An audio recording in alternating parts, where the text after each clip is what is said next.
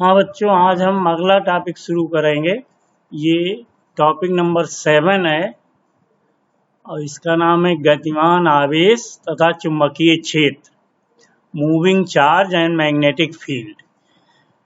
देखिए, इसके पहले आप 6 टॉपिक पढ़ चुके हैं और उन 6 टॉपिक जो स्टार्टिंग के पढ़े हैं वो है आपका इलेक्ट्रोस्टैटिक्स, और ये है जो 7वां टॉपिक से शुरू हुआ है, ये इलेक्ट्रोमैग्नेटिज्म कहलाता है। इसमें भी 5-6 टॉपिक हैं। तो पहला टॉपिक है moving charge and magnetic field. इसमें सबसे पहले हम पढ़ेंगे चुंबकीय क्षेत्र। चुंबकीय क्षेत्र जैसे आपने पढ़ा वैद्युत क्षेत्र, इलेक्ट्रिक फील्ड, ग्रेविटेशनल फील्ड, इसी तरह से मैग्नेटिक फील्ड होता है चुंबकीय क्षेत्र। और चुंबकीय क्षेत्र कहते हैं किसी चुंबक के चारों ओर का वो क्षेत्र जिसमें किसी चुंबकीय सुई पर एक बलाघूर्ण आरोपित होता है, जिस कारण वो घूमकर एक निश्चित दिशा में ठहरती है, चुंबकीय क्षेत्र कहलाता है। तो चुंबकीय क्षेत्र जो होगा, जैसे वैद्युत धारा अथवा गतिमान आवेश अपने चारों ओर चुंबकीय क्षेत्र उत्पन्न करते हैं। वैद्युत धारा हो, यानी किसी चालक में अगर धारा प्रवाहित की जाए तो उसके चारों ओर एक वैद्युत चुंबकीय क्षेत्र उत्पन्न हो जाता है। तो जैसे वैद्युत क्षेत्र की परिभाषा आपने पढ़ा इलेक्ट्रिक फील्ड, किसी चार्ज के चारों ओर का वो क्षेत्र जिसमें किसी अन्य आवेश को लाने पर उस पर आकर्षण या प्रतिकर्षण बल कार्य करता है, वैद्युत क्षेत्र कहलाता है।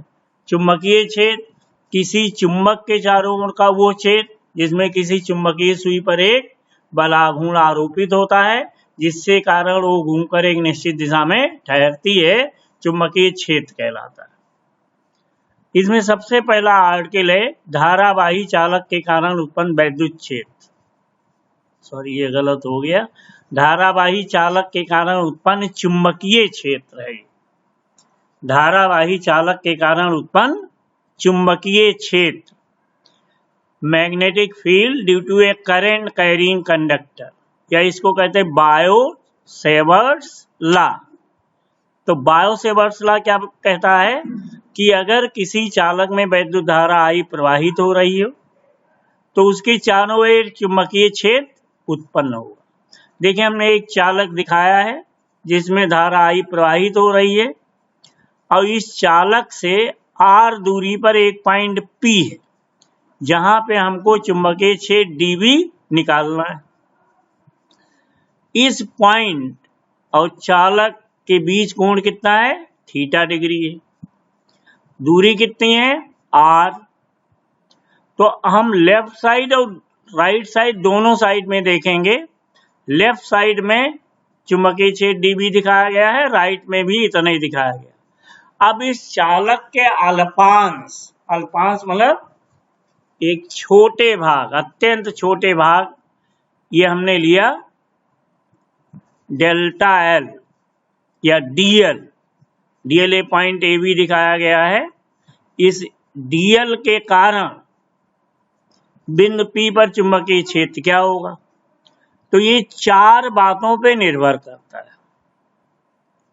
बिंदु P पर चुंबकीय क्षेत्र, magnetic field dB is directly proportional to I, ये वैद्युत धारा के अनुक्रमानुपाती होता है। सेकेंड, dB यानी magnetic field is directly proportional to DL and dB is directly proportional to 1/r², या dB directly proportional to sin theta.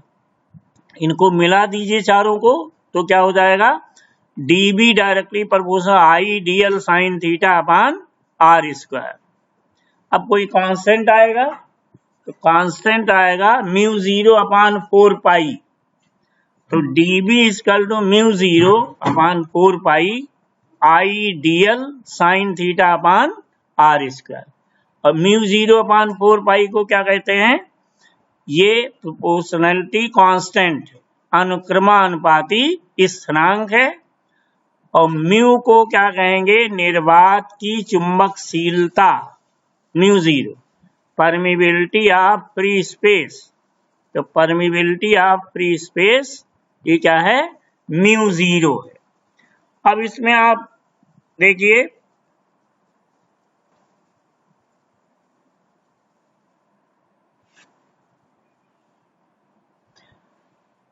इस फार्मूले में उपरोक्त व्यंजक को निम्न प्रकार भी लिख सकते हैं।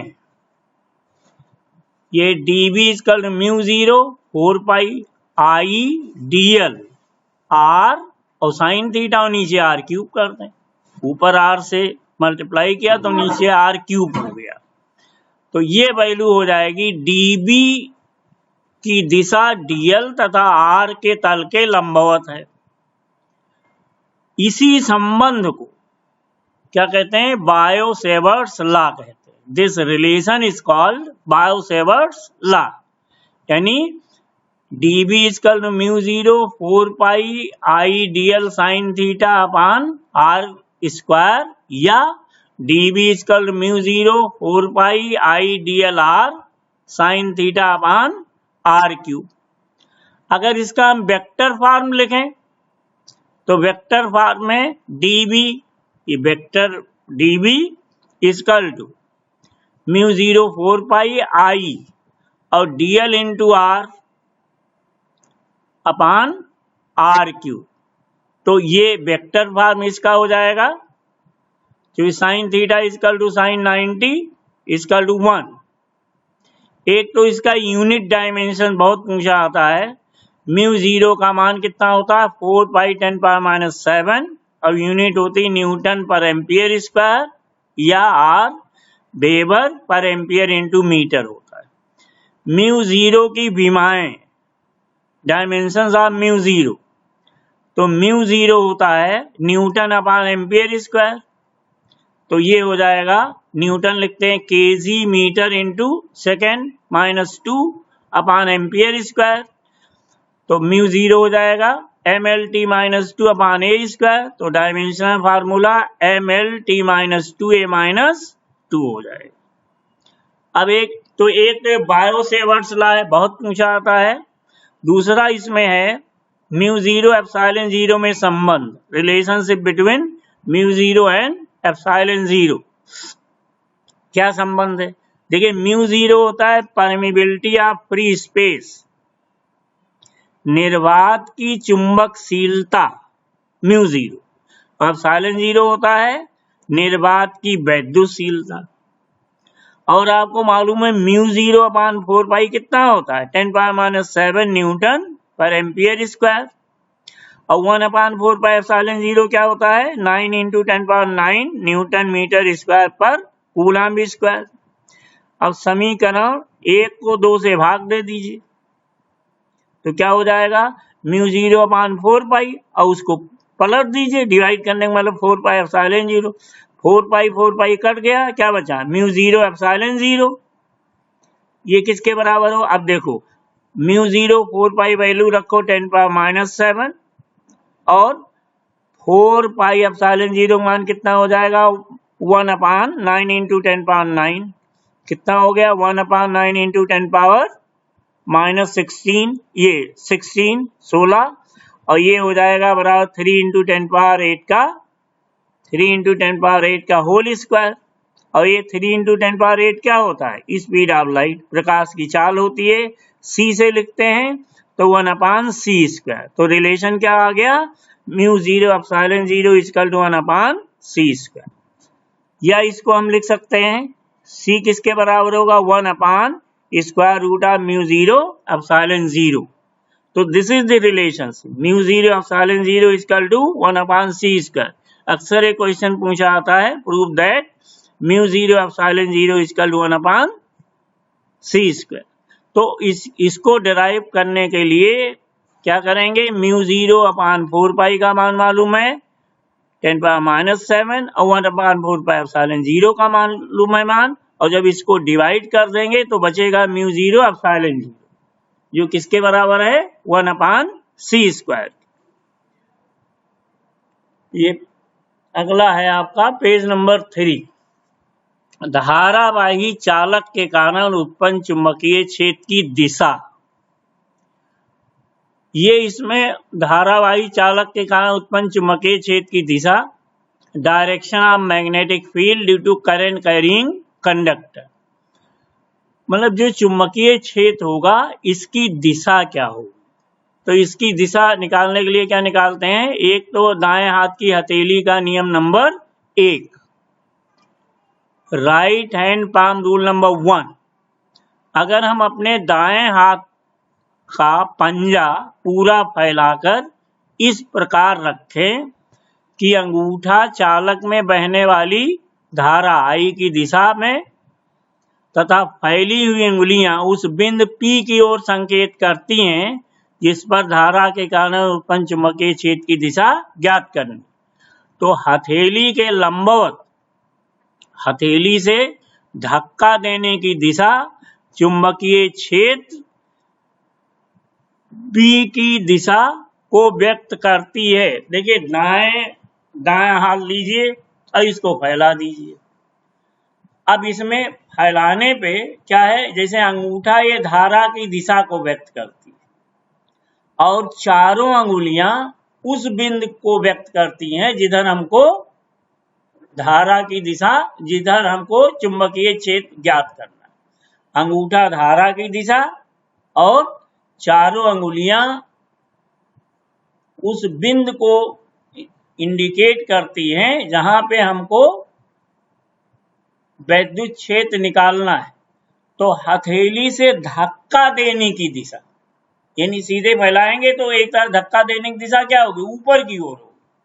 वो क्या व्यक्त करेगी, चुंबकीय क्षेत्र की दिशा को व्यक्त करेगी। इसी को जैसे मान लीजिए किसी चालक में धारा बह रही है तो इसको आप क्या कीजिए, चालक में धारा बह रही है, इसको आप पलट दीजिए, किसको, हथेली को उल्टा कर दीजिए। तो उल्टा करने पे क्या होगा, अब देखिए जैसे ये वायर आपने देखा, वायर में धारा की दिशा अंगूठा व्यक्त करेगा और ये इस पॉइंट को इंडिकेट करेगा।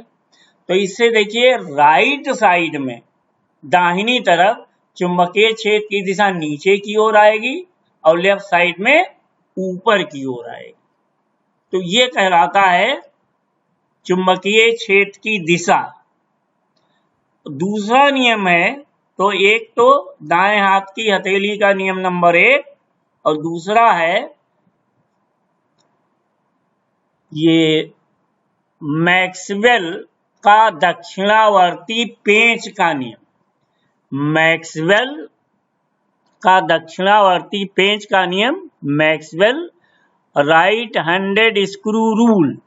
राइट हैंडेड स्क्रू रूल क्या है कि अगर हम पेंच को कसते समय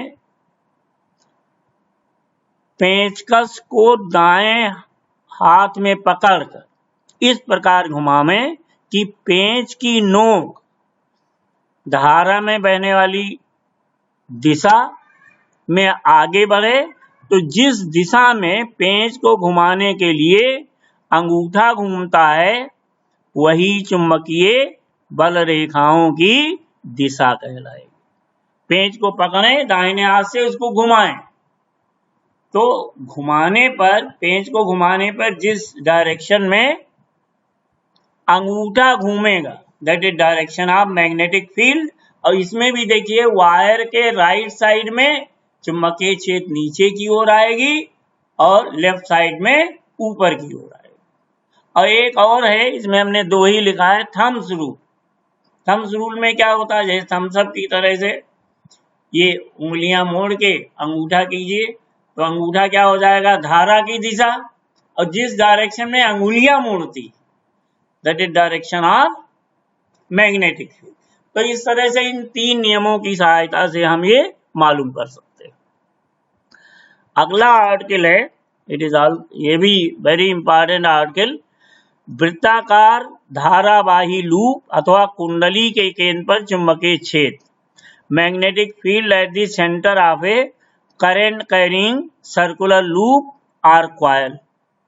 इसमें देखिए बायो सेवर्ट का नियम लगाएं और कुंडली के केंद्र पर चुंबकीय क्षेत्र निकालना है। तो देखिए ये सर्कुलर कुंडली कॉइल है जिसका केंद्र O है और त्रिज्या क्या है आर। इसमें धारा कितनी बह रही है आई। तो इसका एक अल्पांश लें डेल्टा एल। डेल्टा एल वो एस की तरह से बनाते हैं एस और नीचे एस को मिला देते हैं डेल्टा एल। तो यहाँ पे लगाइए डेल्टा बी। इस अल्पांश के कारण छोटे हिस्से के कारण delta B equal to mu 0 4 pi I delta L sine theta upon R square. और चूंकि थीटा इक्वल टू 90 डिग्री तो साइन 90 इक्वल टू 1। तो delta B equal to mu 0 4 pi I delta L upon R square. ये Biot Savart's नियम हो गया। अब पूरी कुंडली के कारण अगर निकालें तो पूरी इस सर्कुलर लूप को तमाम अनंत भागों में बांट दिया गया। अब प्रत्येक खंड के लिए जो डेल्टा बी आता है इसको जोड़ दें तो क्या लिखेंगे पूरी कुंडली के कारण केंद्र पर चुंबकीय क्षेत्र बी बराबर समेशन डेल्टा बी या बी बराबर summation mu 0 4 pi I delta L upon R square. तो देखिए इसमें किसका समेशन योग किसका होगा सिर्फ डेल्टा एल का। और समेशन डेल्टा एल ये क्या हो जाएगा 2 पाई आर सरकमफ्रेंस हो जाएगा 2 पाई आर जहां आर कुंडली की त्रिज्या है। तो क्या लिखेंगे summation delta L equal 2 pi R. तो B equal mu 0 I upon 4 pi R square into 2 pi R से आर कट गया 2 पाई से 2 कट गया तो बी इक्वल टू क्या है म्यू 0 आई अपान 2 आर। अब अगर करंट लूप के जगह कोई n फेरों वाली एक कुंडली ले लें तो कुंडली में n फेरे हैं और हर फेरा एक करंट लूप है तो b क्या हो जाएगा mu 0 N I upon 2 R. ये भी बहुत ही इंपॉर्टेंट आर्टिकल है बहुत पूछा आता है। इस पे न्यूमेरिकल भी पूछे जाते हैं। एक न्यूमेरिकल हमने इसमें सॉल्व भी कर दिया है। ये है 20 सेंटीमीटर त्रिज्या के एक वृत्ताकार लूप में 4 एम्पियर की धारा बह रही है। लूप के केंद्र पर उत्पन्न चुंबकीय क्षेत्र की गणना कीजिए।